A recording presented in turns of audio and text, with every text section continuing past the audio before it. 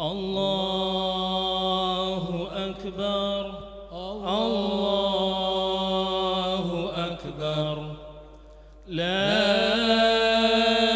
إله إلا الله والله أكبر الله أكبر ولله الحمد الله أكبر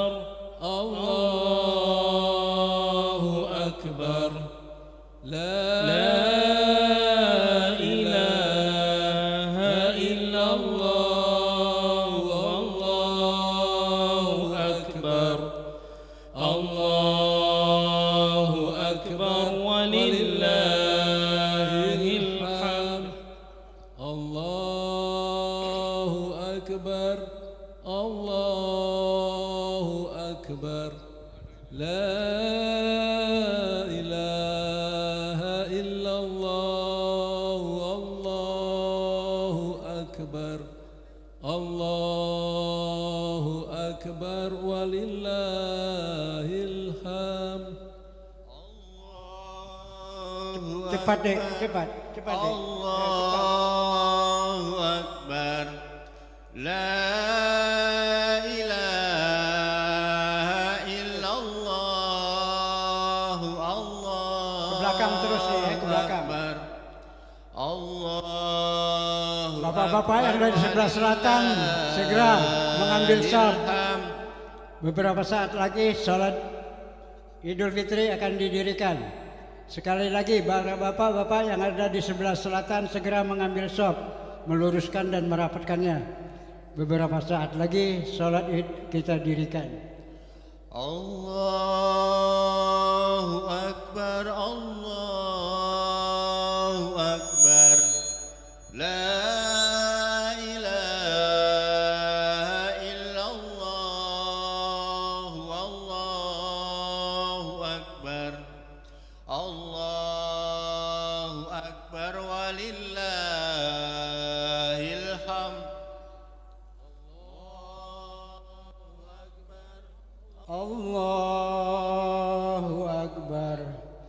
La ilaha illallah. Allahu Akbar.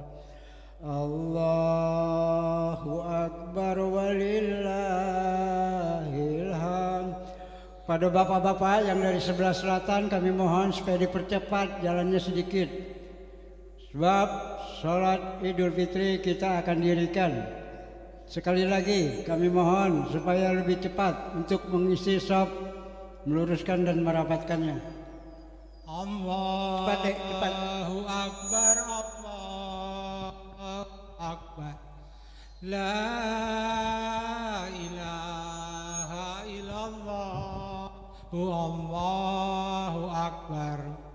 Allahu Akbar walillahil hamd. Akbar, Allahu Akbar, Allahu Akbar.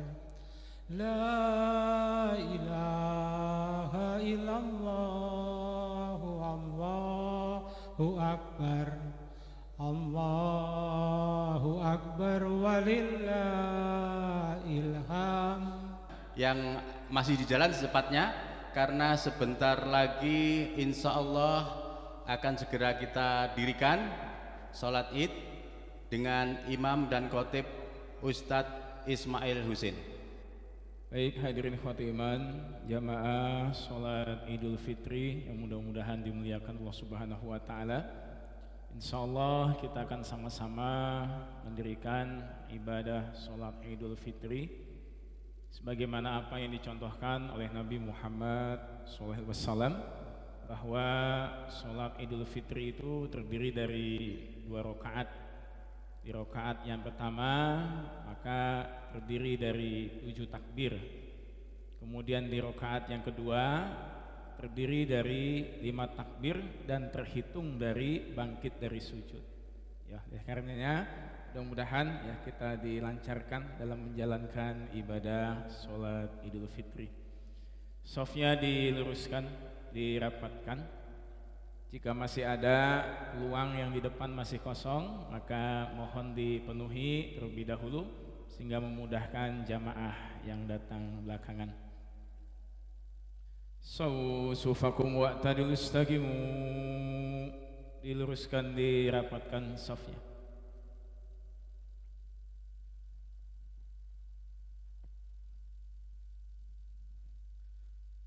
Allahu Akbar.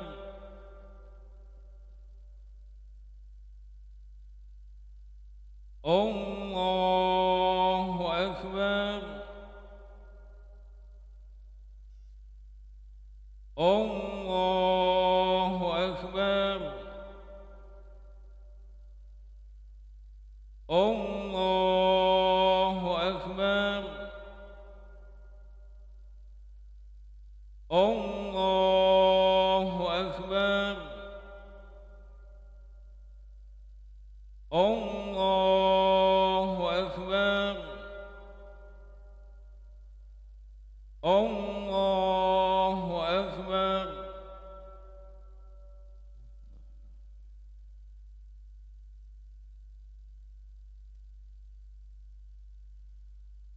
Bismillahirrahmanirrahim. Alhamdulillahi Rabbil Alamin. Ar-Rahmanir-Rahim. Maliki Yawmiddin. Iyyaka na'budu wa iyyaka nasta'in. Ihdinas siratal mustaqim.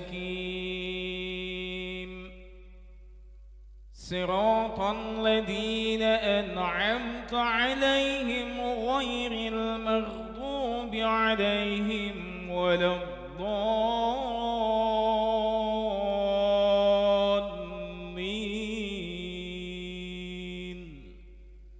Amin. Bismillahirrahmanirrahim. Sabbaha lillahi ma fis samawati wa ma fil ard wa huwal azizul hakim. Ya ayyuhalladzina amanu lima taquluna ma la taf'alun. Kabura maqtan 'inda Allahi an taqulu ma la taf'alun. Inna Allaha yuhibbul ladzina yuqatiluna fi sabilihi saffan ka'annahum bunyanun مرصوص. وإذ قال موسى لقومه يا قوم لم تؤذونني وقد تعلمون أني رسول الله إليكم فلما زاغوا أزاغ الله قلوبهم والله لا يهدي القوم الفاسقين. وإذ قال عيسى ابن مريم يا بني إسرائيل إني رسول الله إليكم مصدقا لما بين يدي من التوراة ومبشرا برسول يأتي من بعد اسمه أحمد. فلما جاءهم بالبينات قالوا هذا سحر مبين. ومن أظلم ممن افترى على الله الكذب وهو يدعى إلى الإسلام والله لا يهدي القوم الظالمين يريدون ليطفئوا نور الله بأفواههم والله متم نوره ولو كره الكافرون هو الذي أرسل رسوله بالهدى ودين الحق ليظهره على الدين كله ولو كره المشركون الله أكبر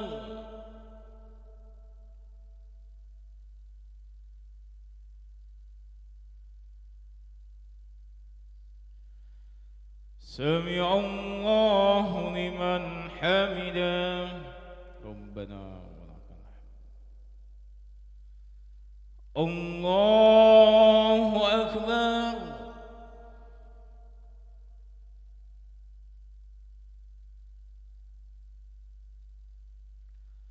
الله أكبر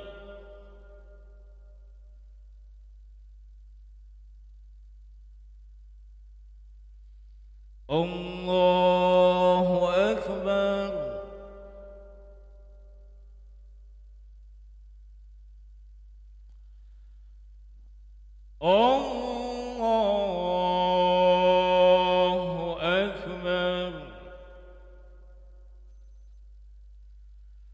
الله أكبر الله أكبر الله أكبر الله أكبر بسم الله الرحمن الرحيم الحمد لله رب العالمين الرحمن الرحيم مالك يوم الدين إياك نعبد وإياك نستعين اهدنا الصراط المستقيم صراط الذين أنعمت عليهم غير المغضوب عليهم ولا الضالين آمين يا أيها الذين آمنوا هل أدلكم على تجارة تنجيكم من عذاب أليم تؤمنون بالله ورسوله وتجاهدون في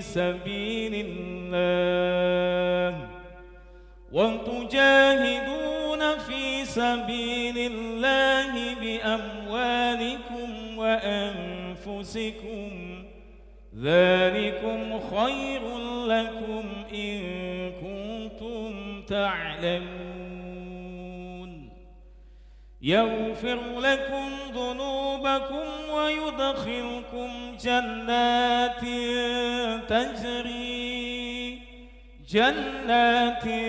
تجري من تحتها الأنهار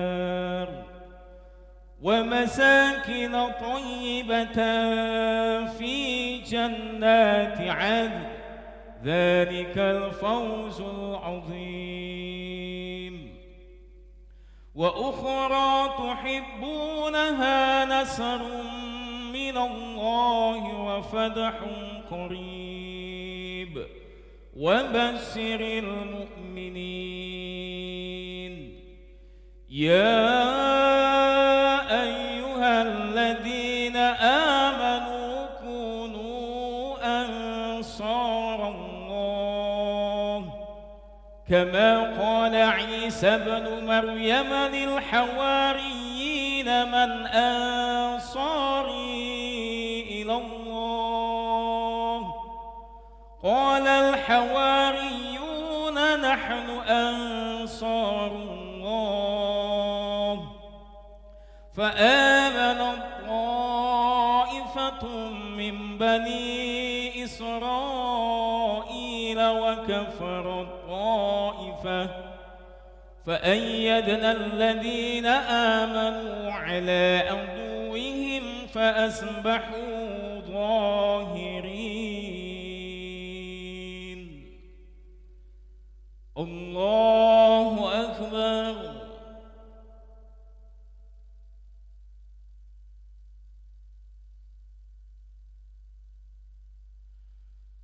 سمع الله لمن حمده الله أكبر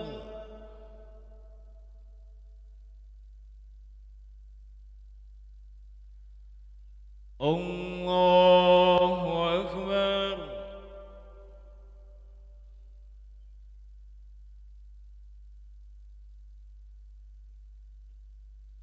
الله أكبر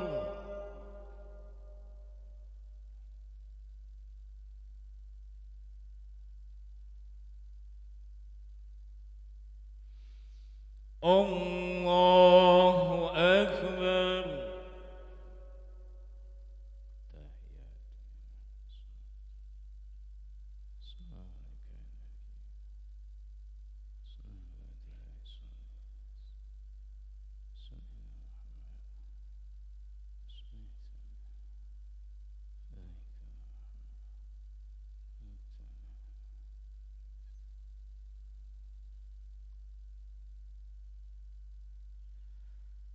السلام عليكم ورحمة الله السلام عليكم ورحمة الله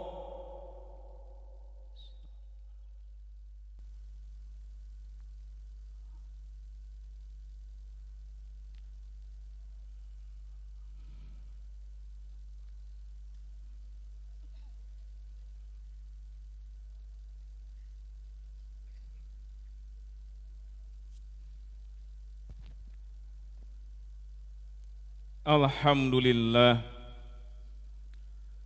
Alhamdulillahilladzi sadaqana wa'dah wa nasara 'abdah wa hazamal ahzaba wahdah Asyhadu an la ilaha illallah wahdahu la syarikalah wa asyhadu anna Muhammadan 'abduhu wa rasuluhu la nabiyya ba'dah amma ba'd Faqad qala Allah Ta'ala fil Qur'anil Karim A'udzu billahi minasyaitonir rajim Ya ayyuhalladzina amanu taqullaha haqqa tuqatih wa la tamutunna illa wa antum muslimun Al-ayah Fa ya ibadallah usikum wa iyyayakum bitaqwallah faqad fazal mu'minunal muttaqun Allahu Akbar, walillahil hamd. Kita sama-sama duduk bersimpuh di hadapan Allah Subhanahu wa Ta'ala untuk kemudian menggemakkan takbir, tahlil, tahmid untuk kemudian mengagungkan kebesaran Allah Subhanahu wa Ta'ala. Setelah 1 bulan kita sama-sama mendirikan ibadah saum Ramadan. Hadirin ikhwatu iman, Allahu Akbar, walillahil hamd. Salawat dan salam semoga terlimpah pada junjungan kita Nabi Muhammad sallallahu alaihi wasallam, Beliau yang telah memberikan bimbingan, arahan, uswah hasanah kepada kita sebagai umatnya. Dan mudah-mudahan kita diberikan keistiqomahan sehingga kita mampu menjalankan kebaikan-kebaikan sebagaimana apa yang dicontohkan oleh Nabi Muhammad SAW. Allahu Akbar, Allahu Akbar, walillahil hamd. Hadirin ikhwatu iman, aidin, aidat yang mudah-mudahan dimuliakan dan dirahmati Allah Subhanahu wa taala. Bulan Ramadan baru saja berlalu meninggalkan kita. Semangat tadarus, semarak tadarus, kemudian qiyamul Ramadan kini pada pagi hari ini telah berganti dengan gema takbir, tahmid dan tahlil yang begitu luar biasa membahana. Seolah-olah seisi bumi ini ikut sama-sama melantunkan ujian pengaguan kepada Allah Subhanahu wa taala. Aidin aidat yang mudah-mudahan dimuliakan dan dirahmati Allah Subhanahu wa taala. Tentunya pada kesempatan pagi hari ini kita menjadi orang-orang yang berbahagia bisa duduk bersimpuh di halaman ini untuk sama-sama mengagungkan kebesaran Allah Subhanahu wa taala dan juga menghidupkan sunnah Nabi Muhammad SAW, yakni dengan mendirikan ibadah sholat Idul Fitri. Tentunya hadirin ikhwatu iman, kebahagiaan yang kedua, kita sudah sama-sama menuntaskan ibadah saum selama 1 bulan penuh pada bulan Ramadan di tahun ini. Namun di samping kita ada kebahagiaan pada hari ini dan juga menuntaskan ibadah saum yang sudah sama-sama kita lakukan 1 bulan penuh.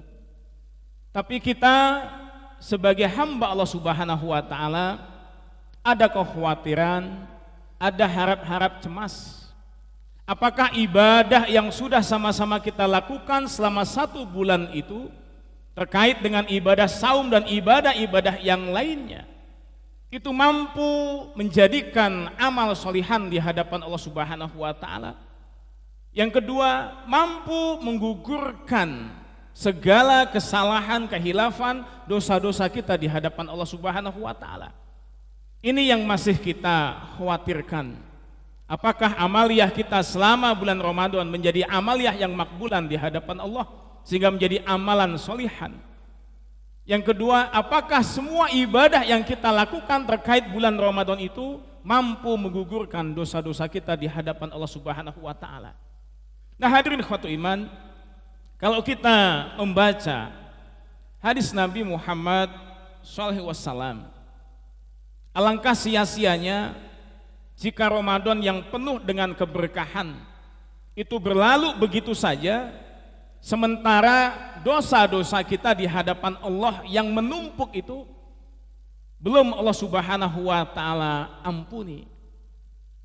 Sebagaimana Rasulullah SAW menyampaikan dalam hadis diriwayatkan oleh Imam Bukhari, Ibnu Hibban dan Al-Hakim, "Raghiba anfu imra'in dakhala alaihi sahru Ramadan thumma kharaja wa lam yughfar lahu."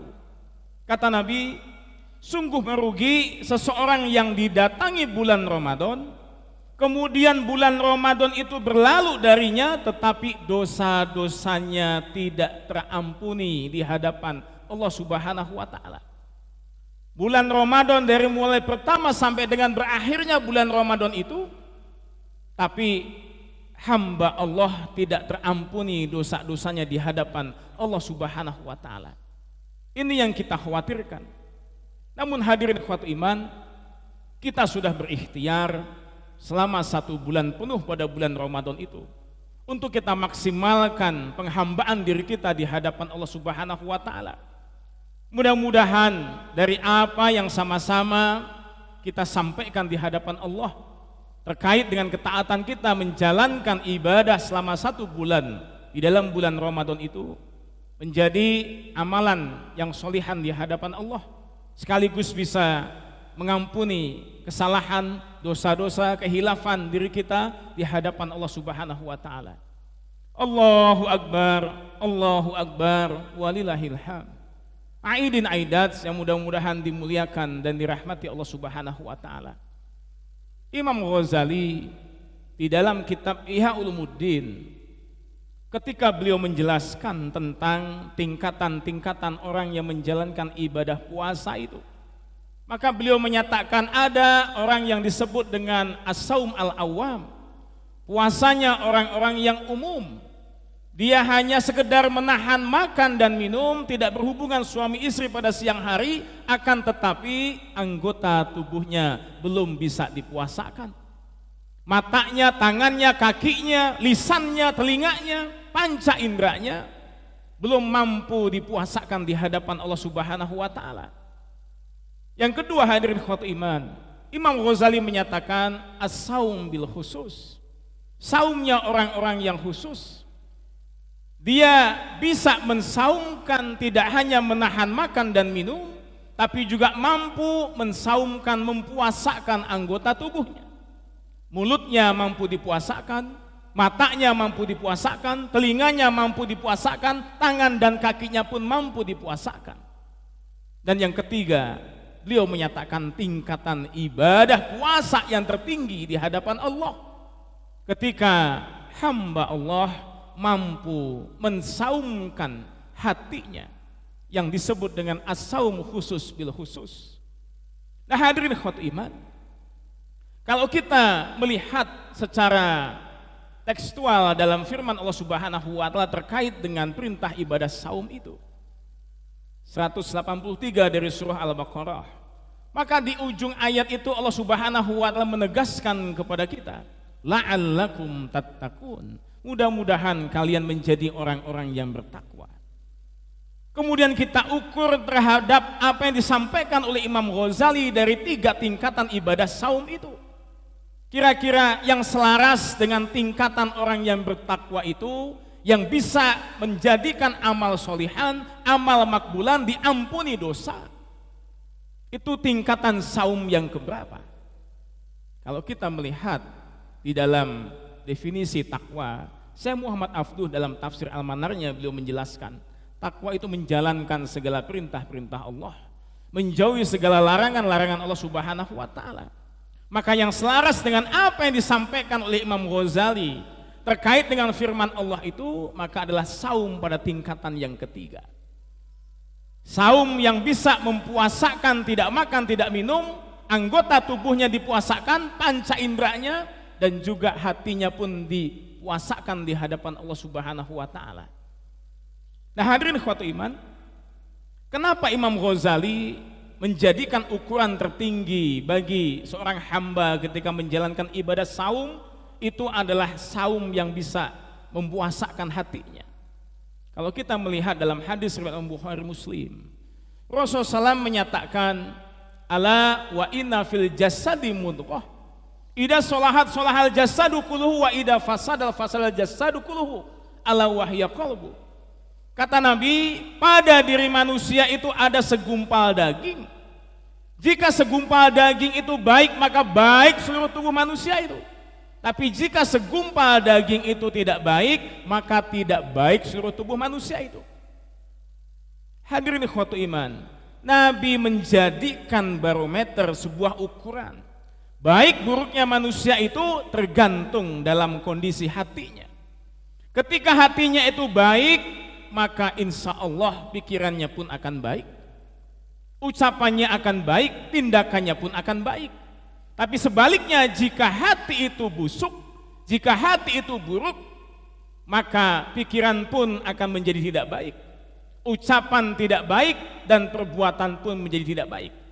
Sehingga Nabi menjadikan ukuran hati manusia itu baik dan buruknya tergantung bagaimana kondisi hatinya.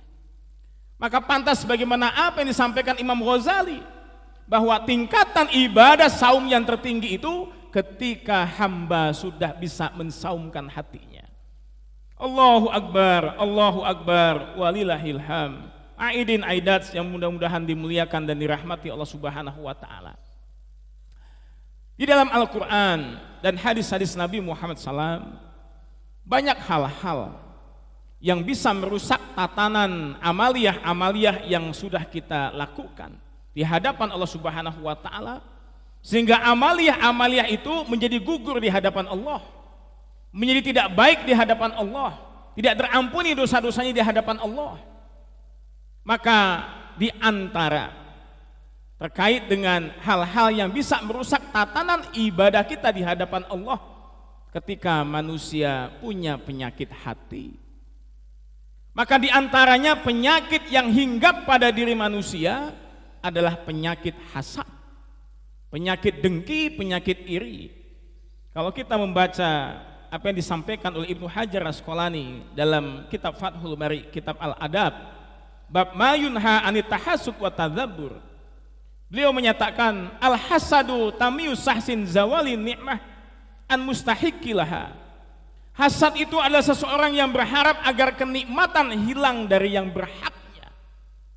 Ketika kita melihat orang lain mendapatkan kenikmatan, maka ada ketidaksukaan pada diri kita dan kita berharap nikmat orang lain itu hilang. Maka kata Ibnu Hajar Asqalani itu adalah hasad. Kemudian beliau menyatakan a'ammu min ayyas'a fi dzalika aula. Apakah disertai dengan usaha untuk menghilangkannya atau tidak?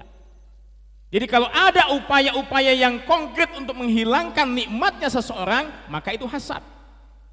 Tapi tidak ada upaya sementara kita tidak suka ketika orang lain mendapatkan kenikmatan, maka itu juga hasad. Ibnu Hajar sampai menyatakan bahwa ketika ada upaya yang konkret yang ia lakukan untuk hilangnya nikmat orang lain itu, maka itu bagin. Bagin itu durhaka yang melampaui batas, dosa besar, dan itu hasad. Yang kedua, upayanya dijalankan namun upaya itu tidak berhasil. Tapi sudah ada kekuatan untuk menghilangkan nikmatnya seorang, tapi tidak berhasil, maka itu ma'zur. Itu pun dosa besar dan itu adalah hasad. Atau hanya di hati saja ketidaksukaan kita terhadap orang lain yang mendapatkan kenikmatan, maka itu pun juga hasad. Nah hadirin ikhwatu iman, kalau kita membaca dalam Al-Quran dan hadis-hadis Nabi Muhammad SAW terkait bahayanya penyakit hasad itu, hadis riwayat Imam Tirmidzi, Nabi Muhammad SAW menyebut bahwa hasad itu penyakit. Kata Nabi, penyakit yang menimpa umat sebelum kalian, dan kalian pun akan terjangkit dengan penyakit itu. Yang pertama hasadun, yang kedua baghdha. Yang pertama adalah penyakit hasad, yang kedua adalah penyakit permusuhan. Dua penyakit ini kata Nabi, umat terdahulu terjangkit dengan dua penyakit ini, kedengkian dan permusuhan.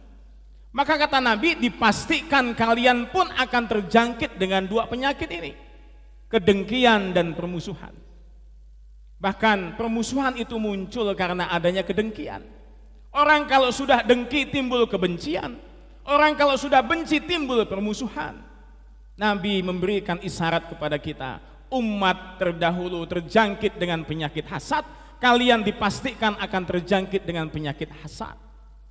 Yang kedua hadirin khotbah iman, kalau kita membaca dalam Al-Quranul Karim, bagaimana Allah Subhanahu wa Ta'ala merentetkan kisah-kisah kaum terdahulu terkait dengan penyakit hasad itu. Diawali dalam surah Al-A'raf ayat ke-11, bagaimana Allah mengkisahkan tentang hasadnya iblis kepada Nabi Adam alaihissalam. Ketika Allah Subhanahu wa Ta'ala perintahkan kepada iblis, "Tsumma qulna lil malaikati isjudu li Adama fasajadu illa iblis lam yakun minas sajidin." Dan ingatlah ketika kami perintahkan kepada malaikat untuk bersujud memberikan penghormatan. Sujud bukan dalam rangka ubudiyah, tapi sujud dalam rangka memberikan penghormatan. Maka fasajadu, semua malaikat sujud, illa iblis, kecuali iblis. Kenapa iblis ada pada reng-rengannya malaikat? Iblis itu golongan jin. Akan tetapi iblis diberikan kecerdasan yang sangat luar biasa oleh Allah Subhanahu wa Ta'ala, sehingga iblis tidak mau bergaul dengan jin padahal dirinya adalah jin. Iblis maunya berkumpulnya dengan para malaikat. Maka ketika Allah perintahkan malaikat fasajadu, semua malaikat bersujud illa iblis, kecuali iblis. Iblis ada pada reng-rengannya malaikat, padahal dia golongan jin. Ini menunjukkan, hadirin ikhwatu iman, iblis itu jangankan direndahkan, disamakan saja iblis gak mau. Ketika Allah perintahkan malaikat dan juga iblis untuk memberikan penghormatan kepada Nabi Adam, maka bagi iblis itu suatu kehinaan, itu suatu perendahan di hadapan Adam alaihissalam. Maka iblis tidak mau mentaati perintah Allah Subhanahu wa taala. Para ulama tafsir menyatakan apa yang melatar belakangi iblis tidak mau taat terhadap perintah Allah. Yang pertama, ada kesombongan pada diri iblis. Yang kedua, adanya hasad pada diri iblis.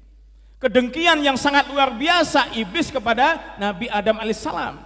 Di saat Allah Subhanahu wa taala memberikan pengetahuan kepada Nabi Adam alaihissalam, wa 'allama Adam al-asma' kullaha. Ilmu pengetahuan semuanya diberikan Allah Subhanahu wa taala kepada Nabi Adam alaihissalam. Maka hasadnya iblis muncul, bahkan iblis ketika dilaknat oleh Allah menjadi makhluk yang terkutuk, maka iblis meminta dua permintaan di hadapan Allah. Yang pertama, panjangkan usia sampai yaumil akhir. Yang kedua, izinkan untuk menyesatkan manusia dari jalan yang lurus. Maka upaya iblis menyesatkan manusia itu dilatar belakangi karena adanya kehasadan pada diri iblis. Yang kedua, hadirin khawatu iman, aidin aidat yang mudah-mudahan dimuliakan Allah Subhanahu wa taala. Allahu akbar, walillahil hamd. Kita bisa melihat dalam surah Al-Maidah ayat ke-27. Bagaimana Allah Subhanahu wa taala menggambarkan dua putra Nabi Adam alaihissalam, satu darah, satu nasab, satu keturunan, satu kandung antara Habil dan Qabil. Di saat Allah perintahkan kepada Habil dan Qabil untuk menjalankan pengorbanan di hadapan Allah Subhanahu wa taala, maka dalam Al-Qur'an Allah menggambarkan ibadah kurban yang diterima adalah ibadahnya Habil. Ibadahnya Qabil tidak diterima di hadapan Allah. Sehingga inilah yang memicu kedengkiannya Qabil di hadapan Habil. Padahal saudara satu kandung, satu nasab, satu darah. Menunjukkan bahwa potensi orang ketika sudah ada kehasadan pada hatinya, maka potensi kezolimannya luar biasa. Apakah itu ucapan, apakah itu perbuatan? Ini yang dilakukan Qabil kepada Habil. Allah Subhanahu wa taala menyatakan qala la aqtulannaka. Maka Qabil berkata, aku akan membunuhmu wahai Habil. Padahal saudara satu kandung, satu nasab, satu darah. Tapi karena hasadnya Qabil kepada Habil, maka Qabil pun melakukan kezoliman dengan melakukan pembunuhan terhadap Habil. Diabadikan oleh Allah Subhanahu wa taala. Allahu akbar, walillahil hamd. Kemudian kita tengok lagi dalam surah Yusuf ayat ke-8 ayat ke-9. Bagaimana Allah Subhanahu wa taala mengkisahkan tentang saudara-saudara Nabi Yusuf alaihissalam ketika mereka merasa bahwa Nabi Yakub alaihissalam sebagai ayah dari mereka mempunyai perhatian yang lebih yang diberikan kepada Nabi Yakub dan juga Bunyamin, sehingga inilah yang membuat keirian pada saudara-saudara Nabi Yusuf alaihissalam. Maka Al-Quran mengkisahkan uqtulu Yusufa awitrahu ardon, bunuhlah Yusuf, kalau tidak buanglah di tempat yang jauh. Padahal saudara satu kandung, satu nasab, satu darah. Kalau ada kehasadan pada diri manusia, apapun dihalalkan. Yang penting bagaimana nikmatnya orang lain itu hilang, bisa berpindah kepada dirinya atau hilang begitu saja. Ini menjadi sebuah kebahagiaan yang sangat luar biasa. Apapun dilakukan, meskipun itu saudara satu kandung, satu nasab. Jadi jangankan sahabat, jangankan tetangga, jangankan rekan kerja, jangankan jamaah, setingkat satu darah, satu nasab pun kalau ada kehasadan, maka apapun dihalalkan. Na'udzubillah min dzalik. Hadirin ikhwatu iman. Kemudian kalau kita melihat dalam surah Al-Baqarah 109, bagaimana kehasadannya orang-orang Yahudi terhadap umat Islam. Hasadan min indi anfusihim. Ada rasa kehasadan orang-orang Yahudi terhadap umat Islam. Dan ini dikisahkan dalam sirah Nabawiyah. bagaimana ketika Nabi tiba di Madinah, maka Nabi melakukan 3 hal. Yang pertama membangun Masjid Quba dan Masjid Nabawi. Yang kedua memuakhadkan antara Muhajir dan Ansor. Yang ketiga membuat piagam Madinah kepada orang-orang yang berbeda keyakinan yang ada di kota Madinah. Ada orang Nasrani, ada orang Yahudi, ada keyakinan yang lain. Dengan tujuan ketika mereka diikat dengan sebuah perjanjian piagam Madinah, maka tidak ada lagi permusuhan antara yang satu dengan yang lain. Tapi sirah Nabawiyah membuktikan bahwa berjalannya waktu maka timbul kehasadan pada orang-orang Yahudi terhadap Nabi Muhammad SAW. Bani Qainuqa golongan Yahudi, Bani Quraidah golongan Yahudi, Bani Nadir golongan Yahudi. Mereka iri, mereka dengki terhadap Nabi Muhammad SAW sehingga mereka melakukan pengkhianatan terhadap Nabi Muhammad SAW. Maka pantas hadirin ikhwati iman, kalau kita membaca dalam surah Al-Falaq, Allah Subhanahu wa Ta'ala mengingatkan kepada kita tentang jahatnya orang-orang yang dengki ketika melakukan kedengkiannya. Dari ayat pertama sampai dengan ayat terakhir, bahwa orang yang dengki itu dimulai kebenciannya dari mulai subuh sampai dengan malam hari, setiap hari seperti itu. Sehingga Allah mengingatkan kepada kita agar kita berlindung kepada Allah dari kejahatan orang-orang yang dengki. Wa min syarri hasidin idza hasad, dan dari kejahatan orang yang dengki ketika melakukan kedengkiannya. Jangankan iblis, mereka sudah dengki. Kemudian keluarga Nabi Adam, warga Nabi Yakub, orang-orang Yahudi yang mereka semua diberikan kelebihan oleh Allah, kecerdasan, kemudian jabatan dan lain-lain sebagainya. Tapi mereka semuanya melakukan kedengkian terhadap sesama manusia. Maka bisa jadi kita sebagai manusia biasa, maka peluang kedengkian itu ada pada hati kita. Oleh karenanya hadirin ikhwatu iman, maka jelas ketika Allah Subhanahu wa Ta'ala mengingatkan kepada kita dalam surah Al-Falaq agar kita minta perlindungan kepada Allah Subhanahu wa Ta'ala dengan jahatnya orang yang dengki ketika melakukan kedengkiannya. Hadirin ikhwatu iman, yang selanjutnya, Allahu Akbar, walillahil hamd. Nabi mengingatkan kepada kita, hadis riwayat Imam Abu Dawud, Ibnu Majah, iyyakum wal hasada fa innal hasada ya'kulul hasanati kama ta'kulun naral khotaba. Jauhilah oleh kalian kedengkian, hasad. Karena hasad itu akan memakan kebaikan-kebaikan sebagaimana api memakan kayu bakar. Kebaikan yang kita lakukan, sedekah kita, zakat kita, saum kita, haji kita, umrah kita, termasuk ibadah bulan Ramadan 1 bulan penuh yang kita lakukan. Ketika ada kehasadan pada diri kita, maka sesuai dengan apa yang Nabi sampaikan, ya, sangat merugi orang yang datang bulan Ramadan sampai berakhirnya bulan Ramadan itu dosa-dosanya tidak diampuni oleh Allah. Kenapa? Ada penyakit yang merusak tatanan ibadah itu, diantaranya penyakit hasad. Kata Nabi, kebaikan-kebaikan akan dimakan semuanya dengan penyakit hasad itu. Sehingga kalau kebaikan dimakan, maka pada yaumil akhir nanti Allah Subhanahu wa Ta'ala menyiapkan 3 tempat, yang satu tempat tidak abadi. Yang pertama surganya Allah, bagi orang-orang yang timbangan kebaikannya luar biasa sehingga Allah masukkan dalam surga. Yang kedua al-a'rafnya Allah, bagi mizan mereka, timbangan mereka antara kebaikan dan keburukan sama di hadapan Allah, sehingga Allah tempatkan di al-a'rafnya Allah. Satu hari dia bisa melihat orang-orang yang sedang menikmati kenikmatan surga, maka dia memohon kepada Allah, ya Allah masukkanlah kami ke dalam surga. Satu hari dia bisa melihat bagaimana kengeriannya orang-orang yang sedang disiksa di neraka, dan dia minta perlindungan kepada Allah, jangan sampai diri kami dimasukkan ke dalam neraka sampai menunggu ketetapan Allah. Tapi neraka disiapkan oleh Allah Subhanahu wa Ta'ala bagi yang mizan, timbangan keburukannya lebih berat daripada kebaikannya. Kalau keburukannya lebih berat daripada kebaikannya, masuk neraka sampai dibersihkan semuanya, tinggal kebaikannya baru dimasukkan ke dalam surga.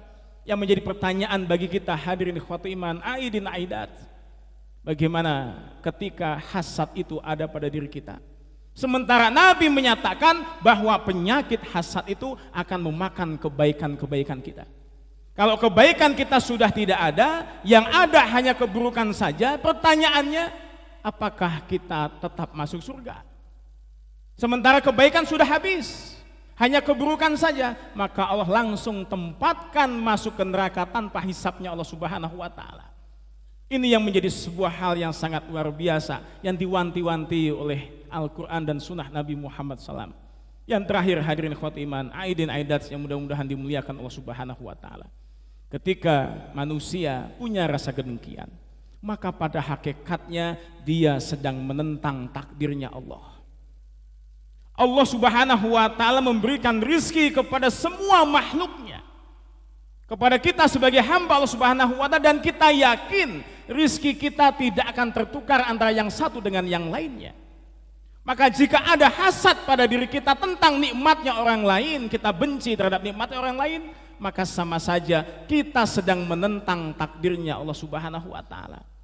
Oleh karenanya hadirin ikhwatu iman, mudah-mudahan selama bulan Ramadan kita ditarbiyah oleh Allah Subhanahu wa Ta'ala.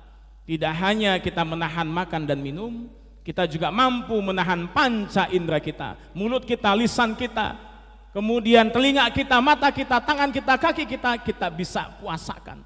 Dan juga kita bisa berupaya untuk mempuasakan hati kita. Mudah-mudahan dari apa yang kita lakukan selama bulan Ramadan itu menjadi jaminan di hadapan Allah, kita menjadi orang-orang yang bertakwa di hadapan Allah Subhanahu wa Ta'ala. Tinggal bagaimana keistiqomahan kita pasca daripada Ramadan itu. Maka ketika kita bulan Ramadan giatkan dengan ibadah, maka di luar bulan Ramadan jaga ketakwaan itu.